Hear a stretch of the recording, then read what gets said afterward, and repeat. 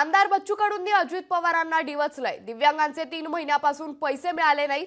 अजित पवारांना दादा समजायचो, मात्र त्यांची दादागिरी संपली। दिव्यांगांचे पैसे वेळेत न मिळाल्यास अजितदादांनी वित्त सचिवाचे पगार थांबवण्याची घोषणा केली होती। मंत्र्याच्या शब्दाला किंमतच राहिली नाही असं दिसतंय। असं वक्तव्य दिव्यांगांचे पैसे न देणे महापाप असल्याचं वक्तव्य देखील बच्चू कडू यांनी केलंय।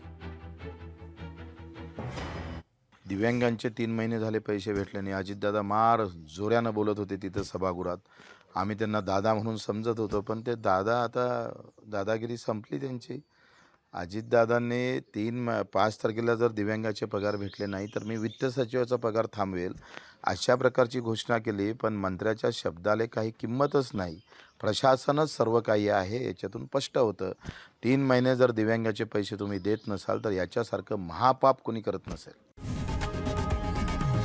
लोकशाही मराठी ऐका, पहा, जागरूक रहा।